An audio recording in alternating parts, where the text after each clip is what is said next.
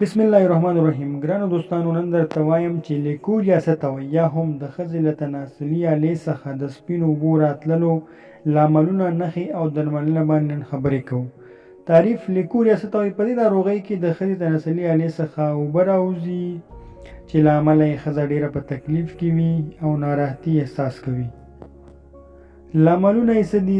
داخلي ورم یا هم التهاب، سوزاک، د وینې کموالی، توبرکلوز، د رحم یا یوټرس د خولې زخم، د رحم یا د یوټرس سرطان او فنګسي آفتونه یا هم فنګسي انفیکشن.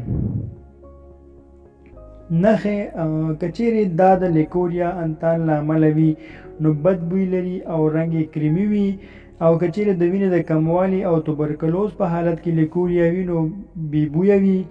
په نوې واده شوې ښځه کې لیکوریا د ډېر کوروالي له امله وي چې سبب یې انفیکشن دی او په زړو ښځو کې د سرطان له امله رامنځته کېږي.